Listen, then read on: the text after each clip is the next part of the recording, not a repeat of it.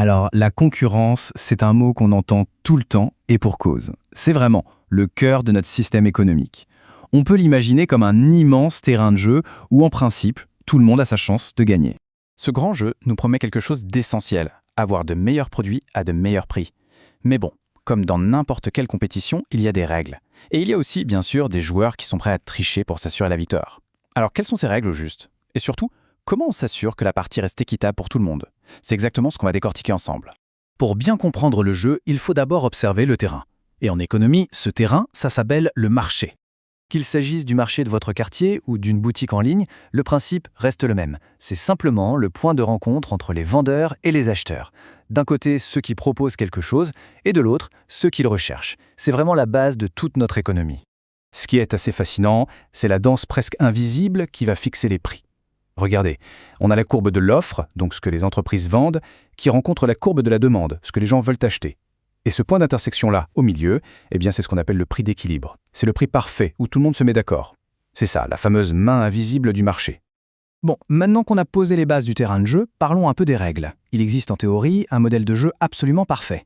Mais la réalité, comme bien souvent, est beaucoup plus complexe. Pour que le jeu soit totalement équitable, la théorie économique a imaginé 5 conditions idéales.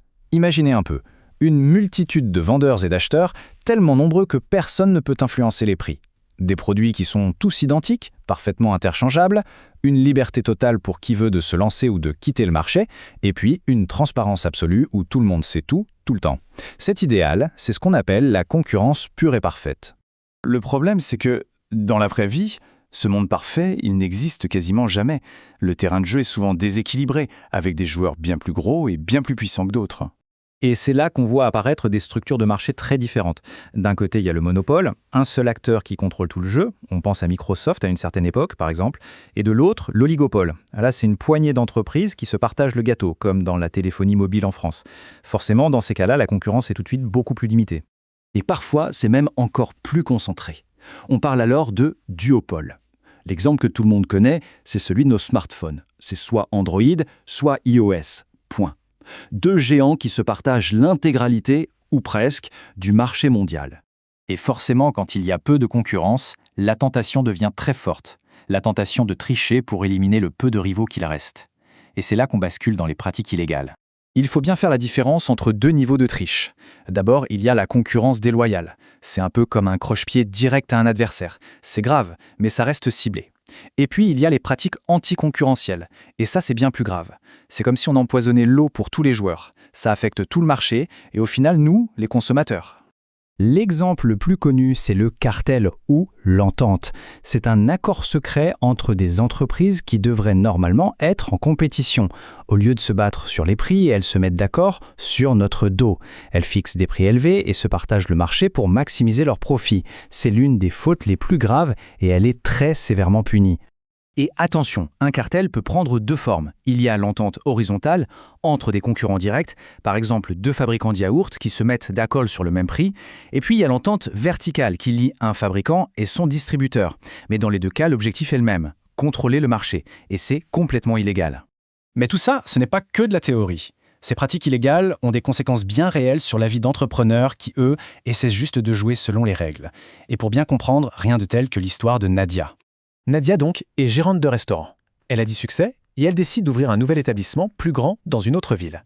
Le seul hic, c'est que son restaurant est situé juste à côté du restaurant principal de la commune, la Grande Place. La compétition s'annonce sérieuse, mais a priori, loyale. Mais très vite, c'est la douche froide. Une vague d'avis négatifs très suspects déferle sur Internet, des commentaires super violents. Et le pire dans tout ça, c'est que certains sont postés avant même l'ouverture officielle du restaurant de Nadia. L'affaire est louche.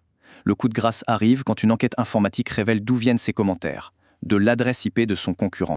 Ce que Nadia a vécu, ça porte un nom très précis, la concurrence déloyale. Son histoire illustre d'ailleurs parfaitement les 4 grandes formes que ça peut prendre. Le dénigrement, pour salir une réputation, le parasitisme, pour vivre au crochet du succès d'un autre, la confusion, pour tromper la clientèle, et enfin la désorganisation, pour saboter une entreprise de l'intérieur. Dans le cas de Nadia, les choix sont très clairs d'un point de vue juridique, les faux avis, ça s'appelle du dénigrement.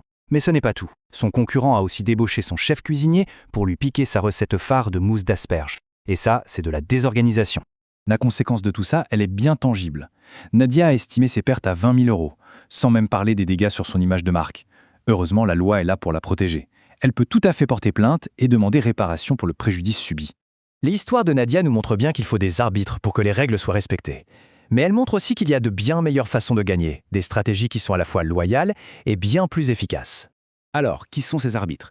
Eh bien, pour un cas de concurrence déloyale comme celui de Nadia qui oppose deux entreprises, ce sont les tribunaux de commerce ou les tribunaux judiciaires qui s'en occupent. Par contre, pour les fautes plus graves qui touchent tout un marché comme une entente, c'est un autre arbitre qui entre en jeu, l'autorité de la concurrence. Du coup, comment on fait pour gagner à la loyale? En fait, la meilleure stratégie, ce n'est pas de détruire l'autre, c'est de construire quelque chose de mieux. Au lieu de dénigrer, il faut se différencier. Au lieu de copier, il faut innover pour avoir toujours un coup d'avance.